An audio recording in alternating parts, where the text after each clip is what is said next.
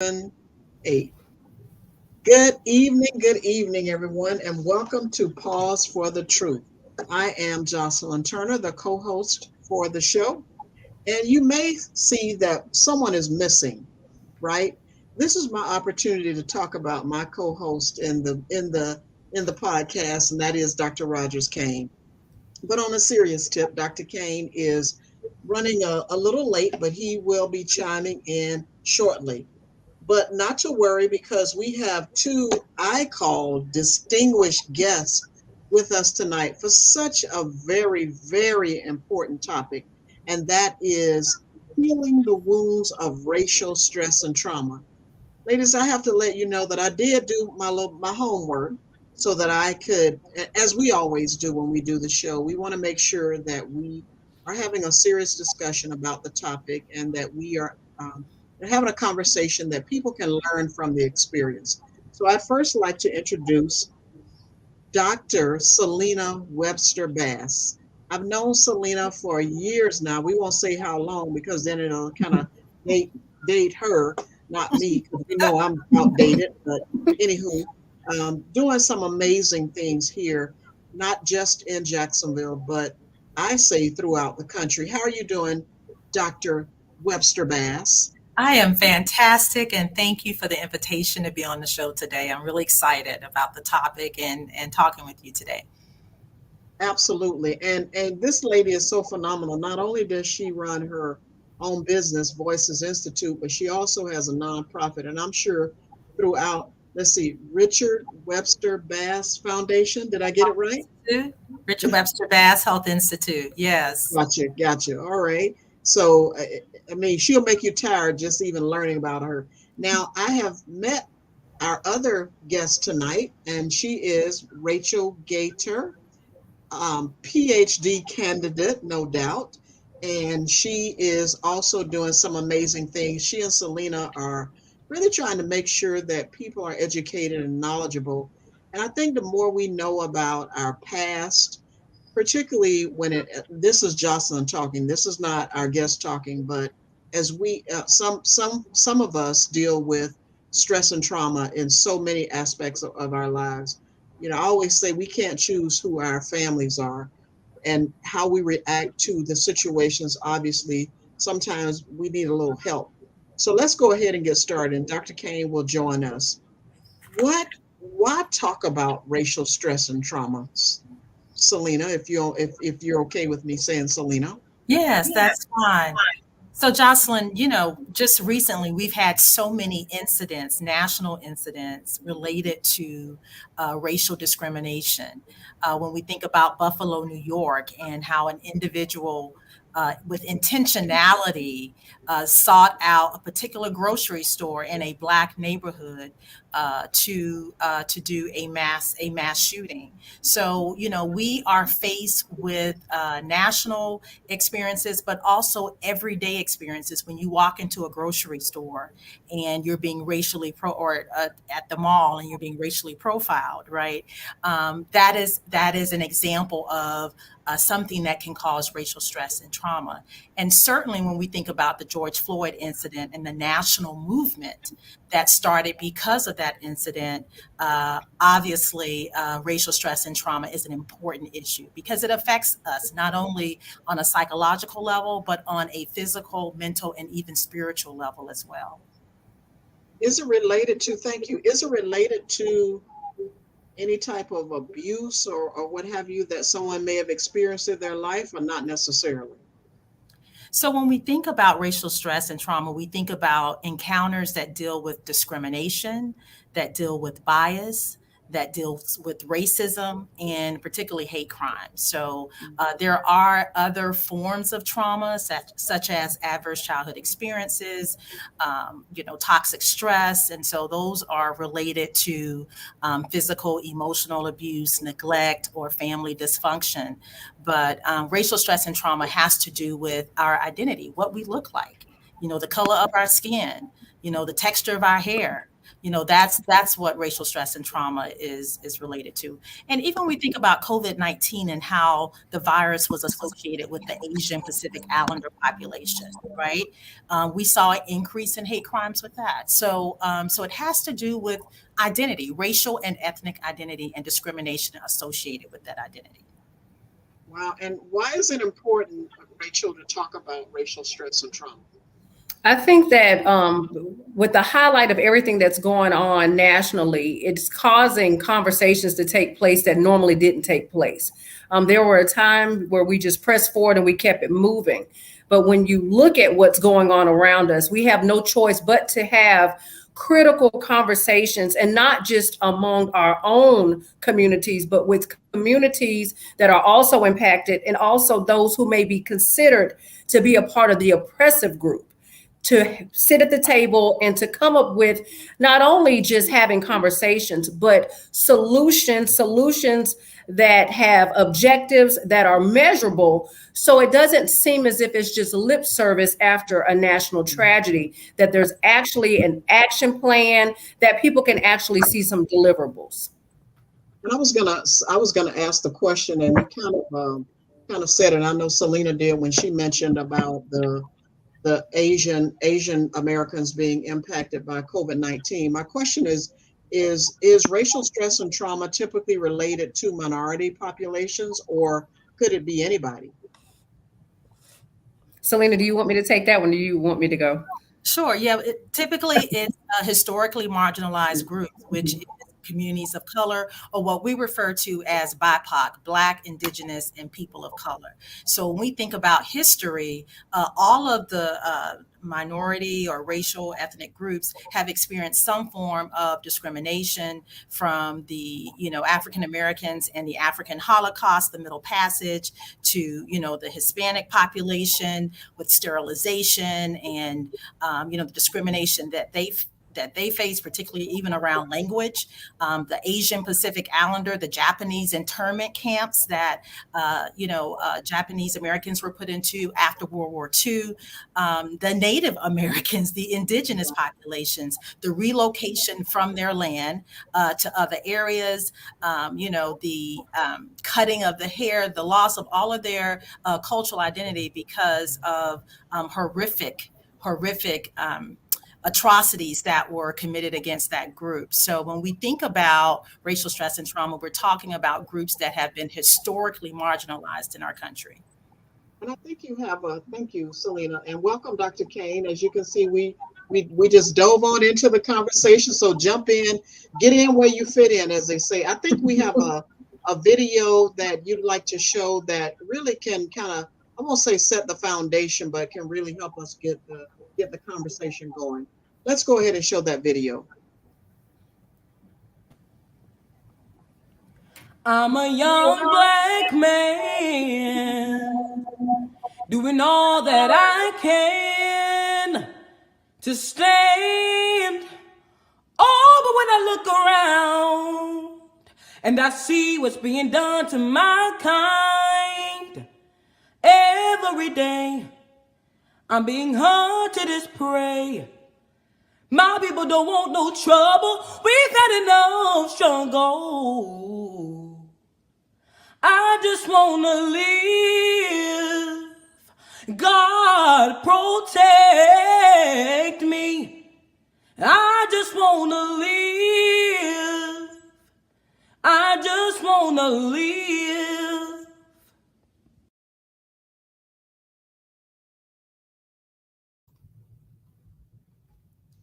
Whew, every time I hear that, it just sends chills through me. I mean, I've seen it a million times, but it's still always just, and so I can imagine the trauma that children are faced with, and how, people always say children are resilient, but still they shouldn't have to experience trauma. You know what I mean? Absolutely. The video and the audio his voice is just so compelling. Every time I hear it, I get goosebumps Mhm. as well. And I actually ran across this video right after the George Floyd incident and was feeling a bit discouraged, because you're doing a lot of cultural competency work, you're doing work around diversity, equity, and inclusion. And when that incident happened, when that policeman had his knee on the neck of George Floyd, I thought about my own son, Spencer, because he was away in college up in Philadelphia. He's on a predominantly white campus. And I called him. I said, you make sure you have your ID on you at all times. You understand? He's like, Mom, I'm okay. I'm okay. Yeah, you're okay. But, so when I saw this video, it created a sense of hope in terms of the work that we need to do and the work that we continue to do in addressing racism. Because one of the things that stands out in Kedron's lyrics is that he didn't say he wanted to die. He said he wanted to live. And so there's the dichotomy of, yes, being hunted like prey, but also at the same time, he's saying he wants to live. And really, that's what we all want to do. We want, life, liberty, and happiness, right? We want to be able to live at a level where we have optimal health and optimal well-being. And so the other thing that I really love about this video is that he's able to affix words to what he's experiencing. And I think that's one of the first steps that we need to take in terms of healing from the wounds of racial stress and trauma, is naming what it is. And so we have to say it's racism, right? And so so that's the power of this video. But if people are uncomfortable, though, Selena, and Rachel, you can chime in as well. People are uncomfortable talking about race, and and even to say the woke act that our governor has established, where people can say, I feel uncomfortable. I don't feel comfortable talking about or hearing about or even being a part in the room about this discussion. Why do you think people are why do you think the woke movement is, and I might not be saying it right, so feel free to correct me. Why do you think that people are seemingly feeling that way, or what can we say to people to help them understand that it is important to talk about it? Racism, that is. Well, you have to address how you're feeling. And one thing I think is extremely important is that how people feel and process is going to look different in individuals. When we think about healing, sometimes I think because the way our society, the Western world is set up, we look for cures for things. We feel like if we go to someone, they tell us what we need, we do it, and we fix it. The unfortunate thing is if you don't address something, that will never even start, you won't even start the healing process. And I don't ever think you'll ever be cured from racial stress and trauma.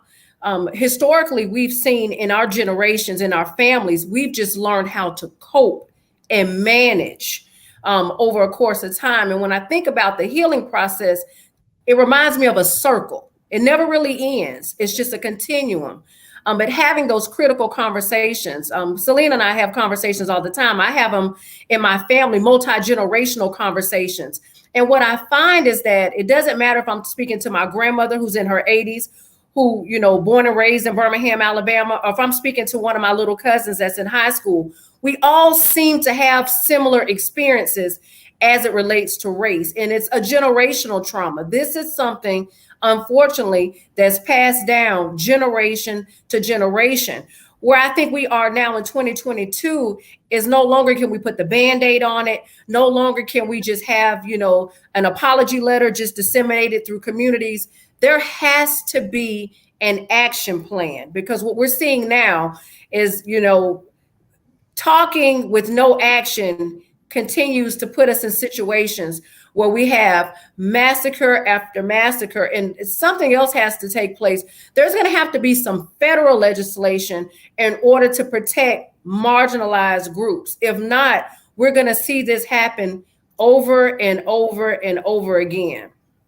Yeah, Absolutely. And I also, as I mentioned at the onset of the show, I did my homework, and I didn't know about the terminology, and you referenced the intergenerational trauma and generational trauma. So you think about enslaved people having the trauma of that in our ancestry, compounded with other things, life circumstances that have happened. So you can imagine it's almost like a heavy load that you carry on your back all the time. Is it weird to think of it in that No, manner? you're actually right on point, because when the Buffalo massacre took place, I said to myself and other healers that we can never catch a break. And what I mean by that is, seems as if as soon as we start the healing process, for example, when you think of a scab that's about to form, somebody comes and just rips it off. But what we find with a lot of these hate crimes, they are very strategic. I'm working on a project right now with the Office of Mental Health in New York, where they're doing some community-based healing. And when you look at the research that that person did to that particular community, 35% of the Black population in Buffalo sits where he did that attack. That was not happenstance. And where he attacked, that grocery store created a food desert. So when you think of like the social determinants of health, just having a level of security in your community, he came in and he wiped all of that away in a matter of minutes. And so when we think about situations like Buffalo, there's another situation that would take place, but those communities are still traumatized. And when you think of vicarious trauma, when we turn on the news, when we read the newspaper, when we're on social media, we are impacted as if we were still, in that environment where that trauma took place, because it can bring up old feelings that we thought we may have processed. It can trigger anger. And we'll talk about the redirection of anger when we talk about some strategies later on in the podcast. But what you said is head on. It will reignite old feelings, and we have to find a way that works for us to manage that, because you can't live a stress-free life. Sometimes you're going to have stress, but it's how you manage it in a healthy way that determines your quality of life. But it also made me think about post-traumatic stress. So you talk about the grocery store not being there. I think about the elementary school is now going to be torn down. That was a familiar place where those children went to elementary school, but now that they're going to be taken from that environment, obviously for real good reasons. You don't want to put them back in that very traumatic place that happened with that shooting at that school. But to me, it's just post-traumatic stress disorder. I just I'm want not to a therapist. we also understand that we appreciate that the intergenerational trauma that you alluded to is usually walks in lockstep with intergenerational hate. And, that's a child comes into this world, they're not born hating anything or anybody. That is learned, that is taught. And so when you look at intergenerational trauma that the BIPOC that you spoke of experienced, that was imposed upon them by the hate group, whoever it may be. And that hate group learned from a previous generation under most, the majority of the circumstances. And so when they don't want to discuss, I don't feel comfortable about it. Could it be that they are, and I'm asking the question now, could it be that they don't feel comfortable about discussing their ancestry unless it's in such a positive light? That my father was a Civil War hero, worked for the wrong side, but whatever. I think you guys can kind of follow where I'm headed with this, that this is basically taught from one generation to the next. Absolutely. And, in terms of racial bias, we're also influenced by the media. A lot of the stereotypes that we see in the media around groups of color, particularly African-American boys, African-American men, they're not always shown in a positive light. And so that messaging impacts the way that individuals perceive other folks. So we've got to get comfortable being uncomfortable. We've got to have courageous conversations about this topic and practice controversy with civility. We may not agree, but we can still be respectful and honor the personhood of the folks that we're having these discussions with. But you're absolutely right. Yes, we're influenced by our childhood experiences. And yes, a lot of these perceptions and a lot of these biases are influenced by, by our families, by what we hear growing up, the conversations we have at the dinner table about different folks. And so it's time for us to break those cycles and to move forward towards love, compassion, and, yes, absolutely. You're muted, Jocelyn. You mentioned something that prompted a thought with me. How do we change when we all go home to our communities that's not a diverse community? You know what I mean? We may work around people of diverse populations or cultures, but when we go home and we go to our neighborhoods, that's not where our communities are not reflected in that way. What would you say to someone who's listening to say, get out of your neighborhood, not get out of your neighbor, get out of your house, but you know what I mean? Blend with people. Don't just say, yeah, I have Black friends and those are just your coworkers, right? But broaden your scope. Rachel, you want to take that one? I'll take that. One thing that is very important is understanding that, and it goes back to what was previously stated, is what you see on television of representation of BIPOC populations. Sometimes is very negative, and it's a stereotype. So if they are looking to have genuine, the key word is genuine conversations, they're going to be uncomfortable, and you're going to be uncomfortable, especially when you're out of your comfort zone. But be willing to sit at the table and just listen. Sometimes there may be conversations that take place that you can't contribute to, and that's okay. I was telling Selena that, I'm from Jacksonville, born and raised. I graduated from Forest High School. You know who Forest was named after. So I told Selena I didn't realize how conditioned as a Black person I was to racism, because our school was named after the founder of the Klan. Our yearbook was called the Confederate. Our mascot was the Rebel. When the football game started, they ran across the field with a Confederate flag. I mean, I grew up seeing this. I also grew up seeing the cross being burnt in my yard by the Ku Klux Klan. So, and I'm in my early 40s. And so I think sometimes when we think about racial trauma, we assume that it's older, populations that are impacted.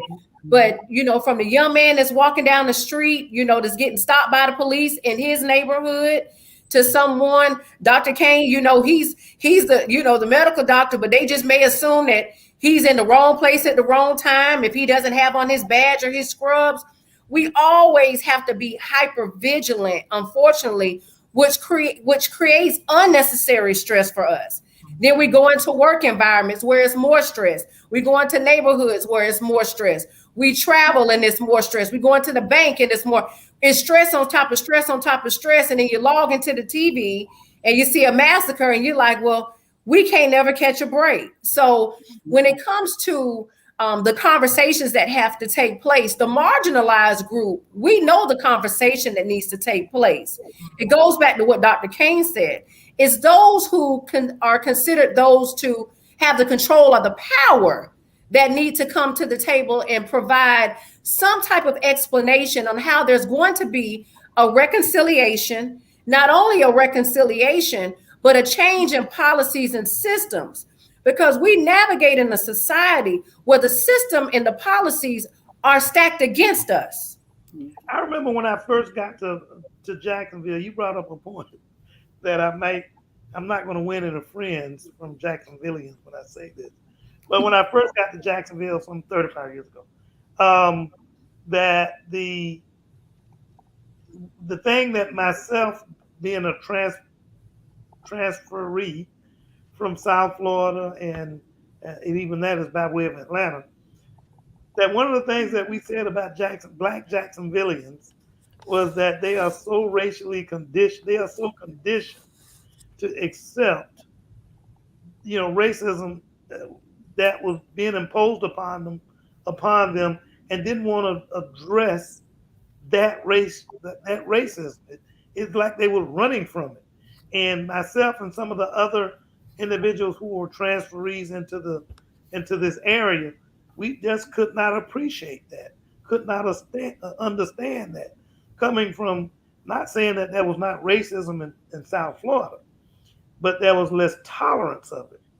Not saying that there was not racism in Atlanta, but there was less tolerance of it and not all that acceptance that we saw. And again, you were still a baby 35 years ago.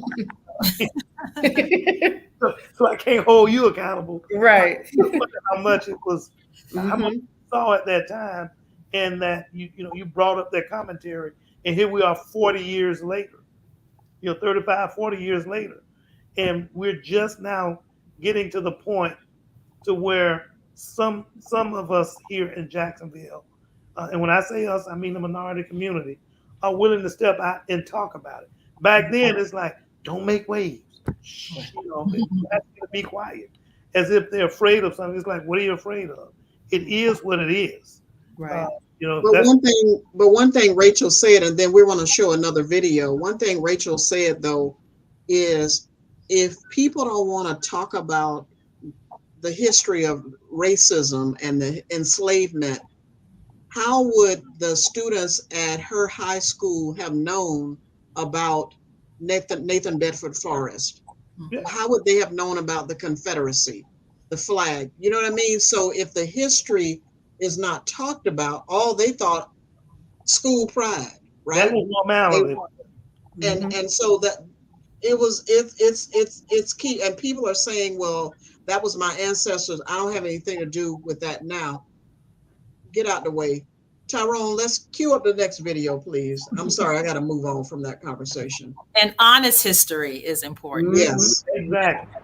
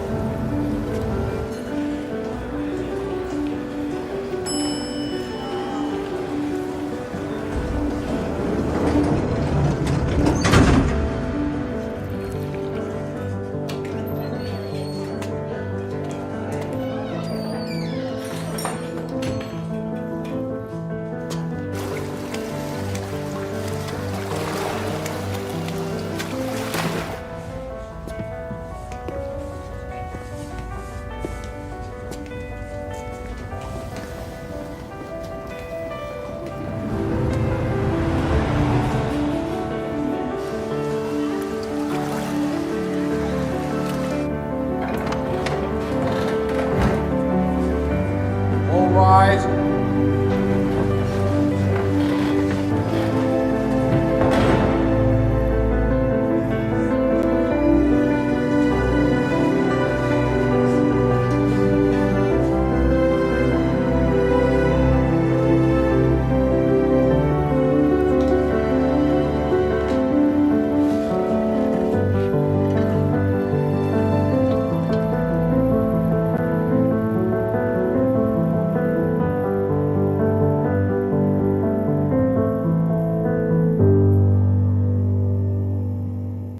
Oh boy, we've experienced this. Dr. Kane, I think you and I even had a conversation about this recently, that you had a situation that happened to you where someone didn't know, that probably over and over again, obviously, that you were a physician. And when they found out, Selena, I know you and I have had the same conversation.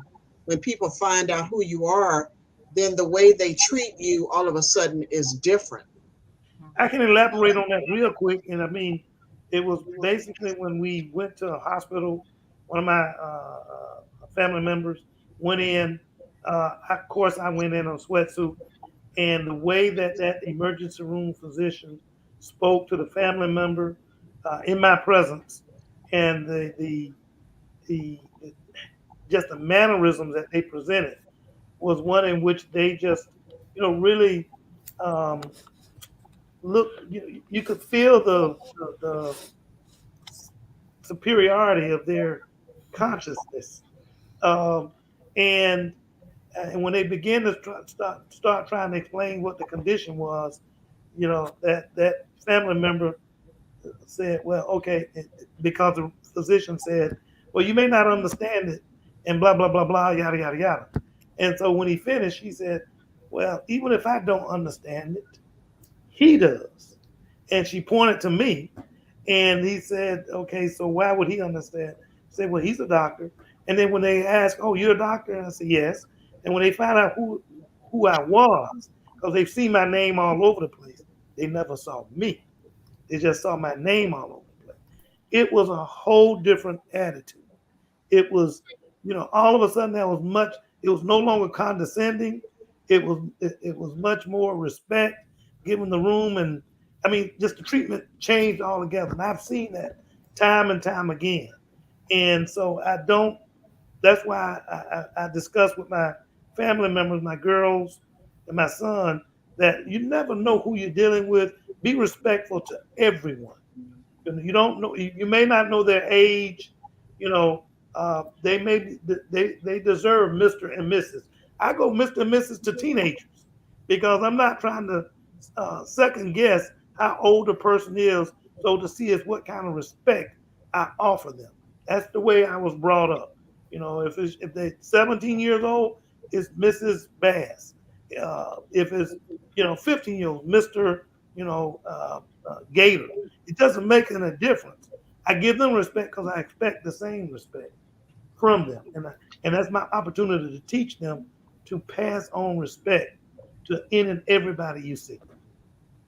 So just imagine those, Selena, that how that's when we talk about things being compounded, that young man, Judge, going to work every day, having experience and outing with his son and going into a restaurant, but he's still supposed to show up treating everybody fairly. That elevator, look at that elevator scene where those people, they were participatory in that racist movement by the guy that pressed the button. I know he pressed the button. I didn't see his finger on it, but the look on his face as he pressed the button to close the door. That was, if I'm standing in front, it's like, hold on, somebody's trying to get on. Nobody lifted a finger or said a word. I digress. Go ahead, Gigi. Yeah.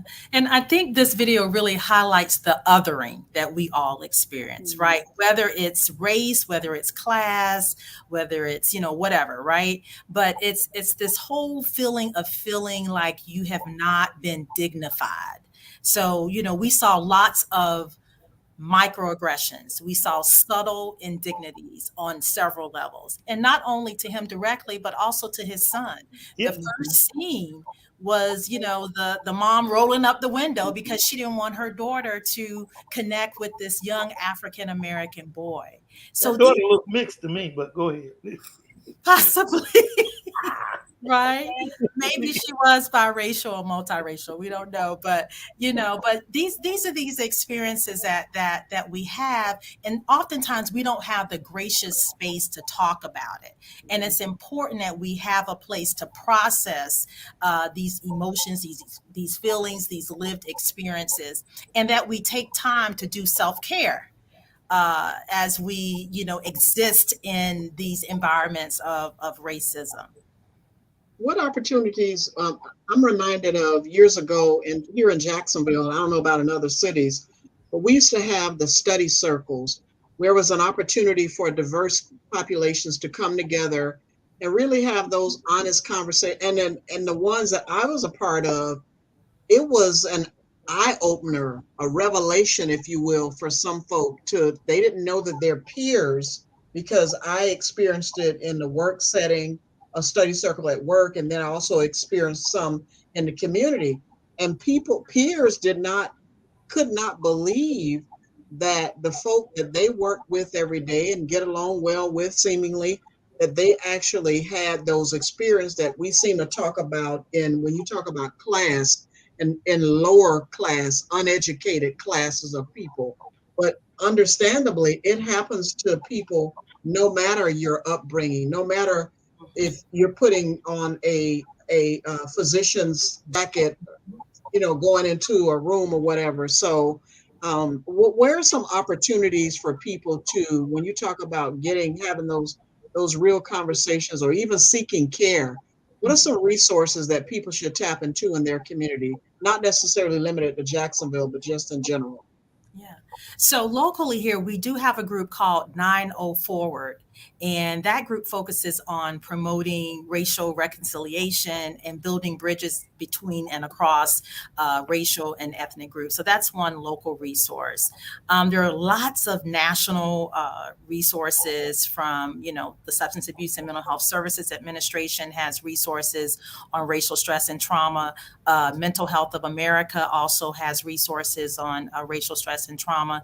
And I do want to highlight that with the Partnership for Child Health, we're doing several trainings around racial stress and trauma with the Urban Core in 32209, 06, really focusing on not only addressing ACEs, adverse childhood experiences, but understanding that people are not only experiencing neglect, children are not only experiencing neglect and family dysfunction, but also they're dealing with racial stress and trauma and community trauma.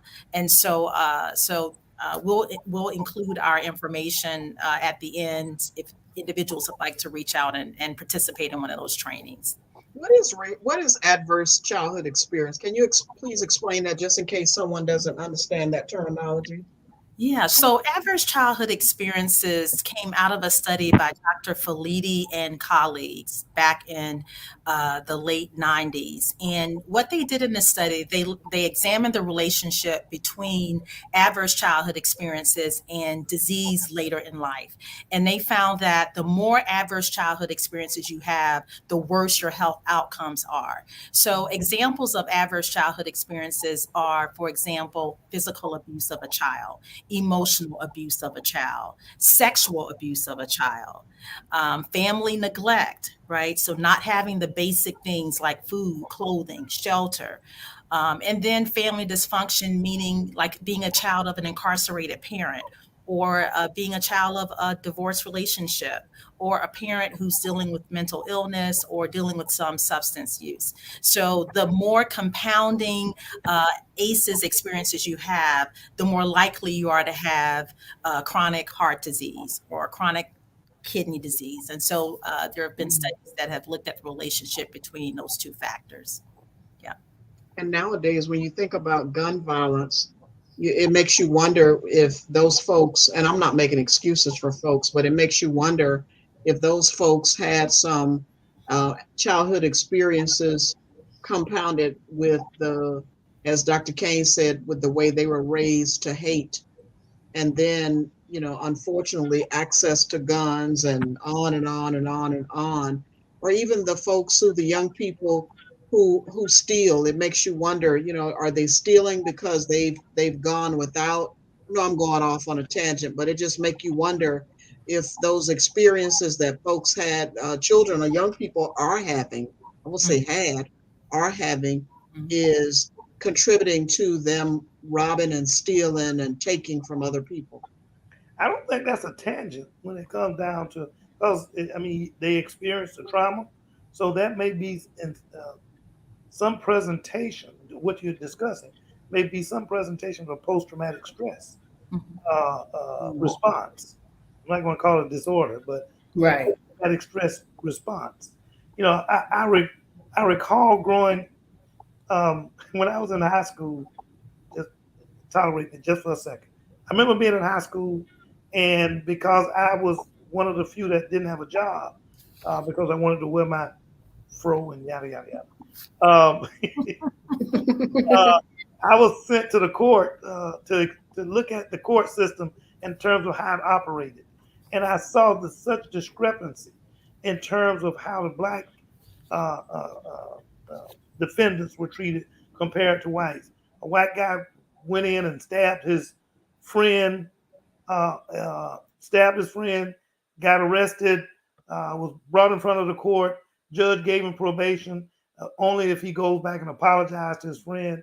Went to the hospital bed to apologize to his friend. They got into it again because of the drugs that his friends was not selling on his behalf. He stabbed him again. And so he still got another 2-year probation, 2.5-year probation. Black kid comes along, and when he was pledging, it happened to be a white organization, but he was pledging within a white organization at the local community college, straight A student, had never been in trouble. He was doing whatever, the things that pledgees do, got caught at it, and to keep from being shot, hit the white guy that actually pulled a shotgun on him, hit him and ran. Okay, didn't hurt him in any form or fashion. He got 20 years in prison. And for me, at an age where at that time I was 16 years old, and my mouth just dropped in terms of what that meant for me, and it affected me to this day. It affects me in terms of how I feel about things, the distrust I have with a lot of people. Maybe it shouldn't, but when you witness something like that, the racism and discrimination of treatment and something that was so blatant, it's hard to get over that. It was a traumatic experience for me. I'm not saying that because I'm looking for any pity or anything, but I'm saying it because there are other kids that probably have got much worse experience, racism, racial discrimination experiences than I did with that. So talk about that though. When you talk about that, and Rachel, I want to ask you this question. I don't want you to feel left out of the conversation. Oh no, I'm okay. What are some psychological symptoms that people may experience from racial stress and trauma? You may have anxiety, depression, stomach ache, headache, lethargia, unable to sleep.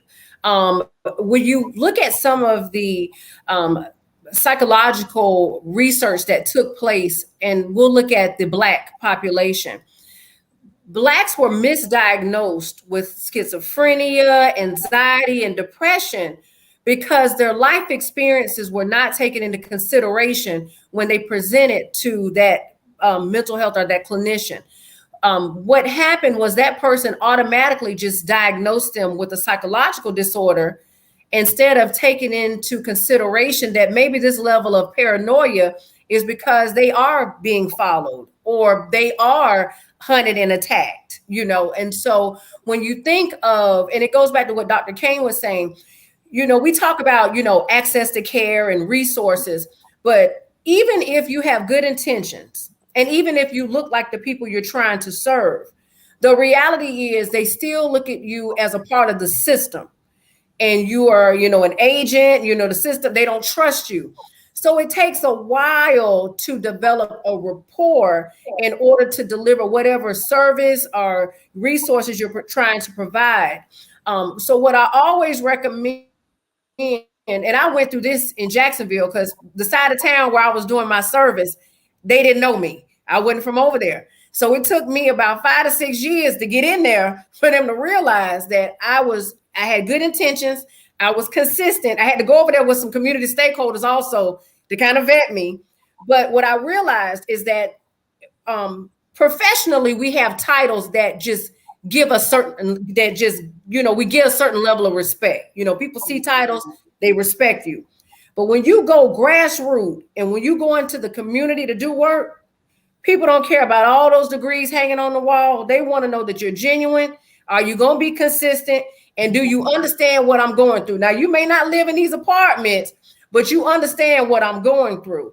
And when you do community-based work, you have to check yourself first.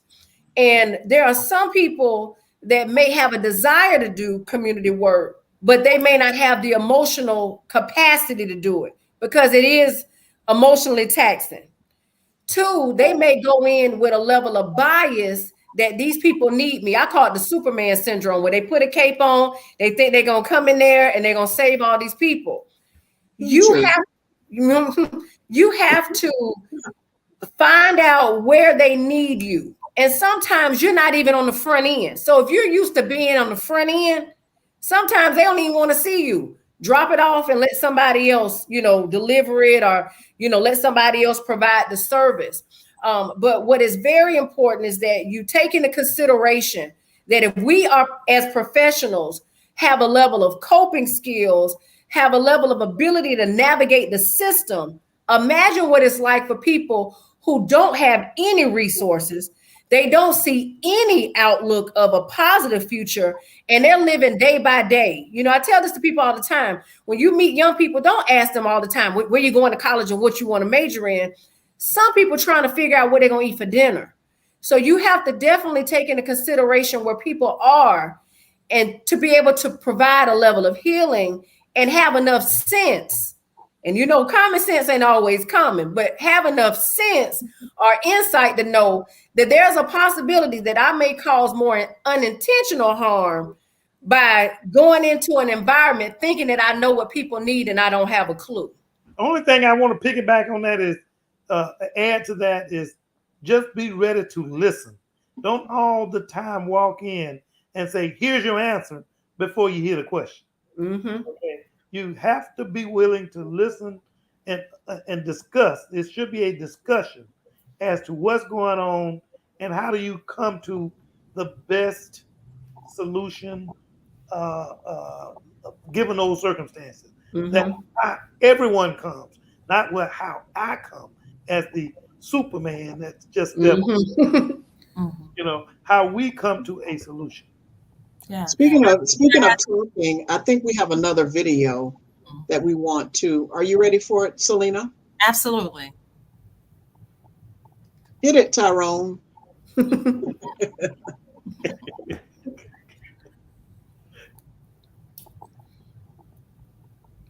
Tyrone, you're running a little slow. Who said that? The lady at the store. That is not a compliment. Listen, it's an ugly, nasty word, and you are going to hear it.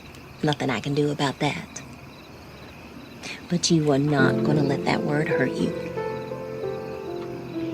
You hear me? There are some people who think you don't deserve the same privileges just because of what you look like. It's not fair. It's not. Remember, you can do anything they can. Difference is you gotta work twice as hard and be twice as smart. Come straight home after practice. You got your ID? Oh, guess I stopped you. How's your review? We're good. You good? Yeah, You see? We're good. Okay. Good. Now, when you get pulled over, I'm a good driver. Okay? baby, Don't worry. this is not about you getting a ticket. This is about you not coming home. I'm gonna be okay. Right? Okay.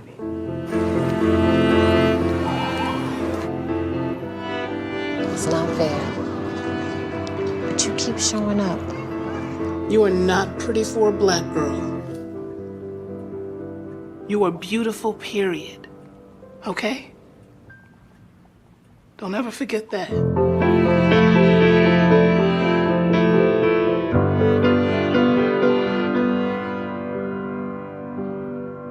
I'm in love with Procter & Gamble. We're gonna Yeah, buy now, some stock.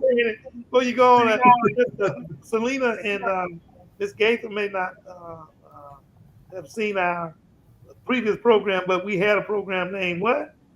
The Talk. One of our previous podcasts. Awesome. Did you all show this video as well? No, we should have. Wow. Wow. And if people don't understand, the talk is something. I remember asking my brothers after the more I became educated about the talk. I remember asking my brothers, did our parents have the talk? And they said yes. I had no idea. I didn't have the talk. I didn't have the talk until I was walking home. We were the first blacks to move in a neighborhood. And I was walking home because you know how we do. We stay after school for activities. And I heard somebody laughing. I turned around. I felt something. And it was a group of white guys in a car. They spit on me. Mm. And so it was at that point, then I had the talk, right? But before, the talk was only given to my brothers. And so, you know, when we talk about the talk and those life experiences that happened to you, I remember it as though it happened yesterday. You know what I mean? So although nobody has ever asked me that story or may not even know that that happened to me. It did happen. So why do you think that Black parents still feel like it's important to have the talk? As that lady said, they want to see them come home. Absolutely. Absolutely. And I'm thinking back again to Keydron Bryan with the video that we started, and with my son being on predominantly white campus in another city where I can't drive 2 hours to get to him, right? Yeah. So, I had, always have your ID on you when you're on campus. And he shared that there have been times when he was stopped on campus and asked, was he a student because of the color of his skin? And their African American union actually had a whole forum on how Black students were being treated on this predominantly white campus. So yeah, parents, including myself, we have the talk because we want our kids, one, to be prepared, and two, to know how to respond. And three, we want to make sure that they come back alive. And it's sad. You don't want to have the talk, right? But it's necessary. It is absolutely necessary. I can imagine even if for families of, interracial families, how one part of the family may not know that it's important to have that conversation. And I don't know if it's until that, again, how do we get people to have this conversation and not feel uncomfortable about it? We talked about 904 Forward. If people who are watching our show tonight, they're saying, wow, I didn't realize this. I've not seen those videos. What would you all suggest to them that one thing that they should do different tomorrow, or even have a conversation or become a part of because they want to be a part of the change? Yeah, I think it's important for people of other groups who want to be allies to learn about history. Many of us need to relearn history. And there are lots of museums here. We got the Ritz Museum here that gives the history of James Weldon Johnson. We have the D'Urberville Museum as well that gives us history on that community, a Red Line community. And so I think it's important for us to, particularly if you grew up in a homogenous community where everybody was kind of the same, it's important for you to kind of venture out and step out and, engage with experiences that may be, different for you, right? And so take advantage of a lot of the resources that are here. I think we have to, just simply have conversations, and not just where you're doing all the talking, but where you're actually listening. And that's important. I always say, listen, and listen some more, right? So I think those are two important things to do in terms of building bridges and not walls between various groups. And these monuments, Selena, was a good opportunity. Some people don't understand why it means so much. It's so important to one group of people that those Confederate statues are taken down. Other people want to say, but it's my history. But right. If it's your history and you're proud of your history, tell us all of your history. Mm-hmm. You can't selectively choose your history, because history is 100% history. It's not selectively historical. Yeah. And some people feel, though, it's more than just, and it's true, it's more than just about the monument. It's really about those things, because I remember the story a couple of years ago, the couple from Jacksonville, they ended up in the national news because they had a home for sale. And it was the wife was Black and the husband was white.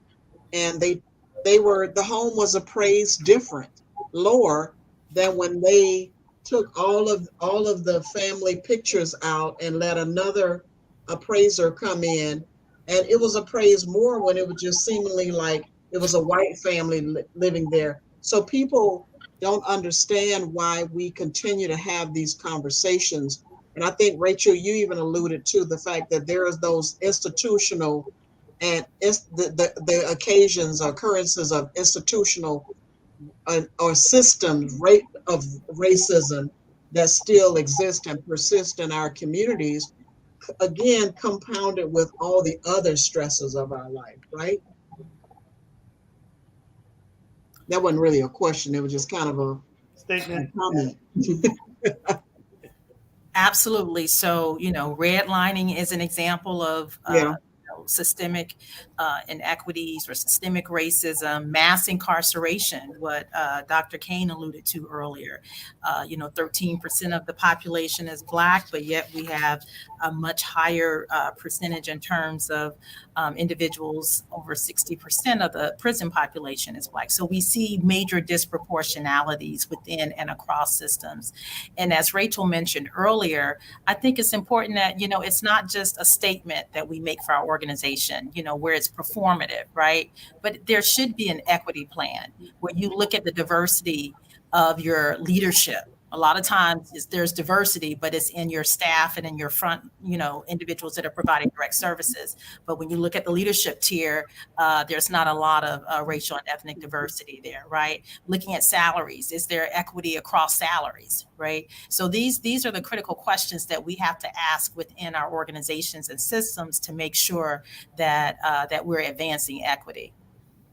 And even in gender, and we've seen, yes, I'm going to bring it up, Roe v. Wade, how now women's rights are feeling threatened. We started with Roe v. Wade, but now people are concerned, what's next? And that's causing a lot of anxiety with some families. I saw a gentleman on television, on the news, talking about, he's in a same-sex marriage and wondering if that's going to affect him. Because, again, I think the thing that people have to understand, what we all want, we want the same thing, right? For ourselves and our families. We don't want anything different. We don't want what you have. We want what we want for our families, and everybody want their family to be safe. Is there anything? I know I started kind of coming to you all with questions, and you all are the experts. Is there any area that we didn't talk about that you wanted to bring up right now? Because I can go on and on, as you can tell. The only thing that I would leave with is having a self-care plan, understanding, when you are overloaded, when it's too much. Sometimes you may have to take a pause from watching the news, take a pause from social media. Sometimes you may even have to take a pause from certain conversations, especially when you have to go into different environments and you have to take those emotions off and quote unquote perform and put on the face. And so give yourself an opportunity to process what's going on, but also make sure that you maintain a healthy balance when it comes to, work life, family. Sometimes you may have to unplug, disconnect from, technology just to have a peace of mind. Because if you watch CNN or these other news, the Fox News, you watch that long enough, you will become overwhelmed, especially when you look at the fact that you are presented daily with things that you can't change overnight. These are systems that are in place. So I would just say manage your self-care and provide support to others and direct them to appropriate resources if needed. Yeah. Thank you. And Selena, I have to give a plug and say, we didn't talk about the pandemic and what it's caused, but you have developed a series of modules. Talk about those modules that you developed and why were those modules done? Absolutely. So, of course, we know that we have disparities in terms of the number of people that are vaccinated, and we have vaccine hesitancy. And so we've developed a series of modules to train health and human service professionals on how to address this issue of COVID-19 vaccine hesitancy. Some of it is connected to our history, the Tuskegee incident. People are like, I don't know what the federal government is doing. I don't know if they have my best interests. And so we have some strategies as well as historical perspectives, as well as asking providers to look at themselves in terms of how they're communicating with families around the COVID-19 vaccine. So there are 4 modules. The first one is focused on health literacy and health equity and managing bias. The second one is focused on effective cross-cultural communication with families that may be vaccine hesitant. The third one is focused on what we were talking about from the organizational perspective. And so what are some of the standards that you can put in place, 15 action steps that you can put into place within your organization generation to address COVID-19 and equity. And then the final one is the historical perspective, understanding about medical racism and how we can address that in contemporary times right now. I just wanted to add to the self-care, because I think that is so important, particularly for BIPOC communities. In the beginning of the video, we showed Kidron singing. And when I think about our ancestors and how spirituals were an important part of our history, and how those spirituals helped our ancestors to transcend the horrific conditions that they were experiencing. And so part of that self-care is tapping into our spirituality, tapping into prayer, tapping into meditation, tapping into creating our village, whether that's your church, your mosque, however you define that, right? So it's important that we not only, seek out culturally responsive providers to help us in managing racial stress and trauma, all of the self-care strategies that Rachel mentioned, but also that we connect with our spirituality and our faith in terms of managing racial stress and trauma as well. It's so true. I think about, and thank you for giving the explanation. And we will make that information available on our website. So if you are a healthcare provider or health or social service provider, a physician, whatever, and I think Selena just put her email address, we'll make sure that that's on our website. And again, Selena is with the Voices Institute, and I know she and Rachel have been doing a phenomenal job educating people in the community. We work together through the Partnership for Child Health and the work that we're doing. Dr. Kane, is there anything that I know I've seemingly, you joined the show late and I kind of hogged the conversation, but is there anything else that you wanted to ask our guests before we end tonight's show? You're muted. You're going to give them an opportunity to Yes. make the last statement. Let them go on ahead, and then I'll finish. Bye. Well, this was an amazing show. I didn't expect anything different. At the end of all of our shows, we like to give our guests an opportunity to give their final thoughts. I am going to ask Rachel to start, and then I'll let Selena finish. To talk of what are your final thoughts, Rachel, about our topic tonight, healing the wounds of racial stress and trauma? My final thoughts are, this is an excellent opportunity for us to continue the conversation. I do hope and pray that this conversation sparks an interest in others to not only have these conversations in their families and their communities, but also with their legislators, with their elected representatives, to make sure that we have policies in place that can protect us not only today, but for our future generations to come. Also, mental health is no longer taboo. It is okay to seek help from someone outside of your community and comfort zone to make sure that you receive appropriate services in a timely manner. I'll put some information in the chat in reference to the Association of Black Psychologists. We do have a chapter here in Jacksonville where I serve as the president. And so if anyone is interested in having some trainings or just having us come and sit on a panel, we would love to participate. Thank you. Selena?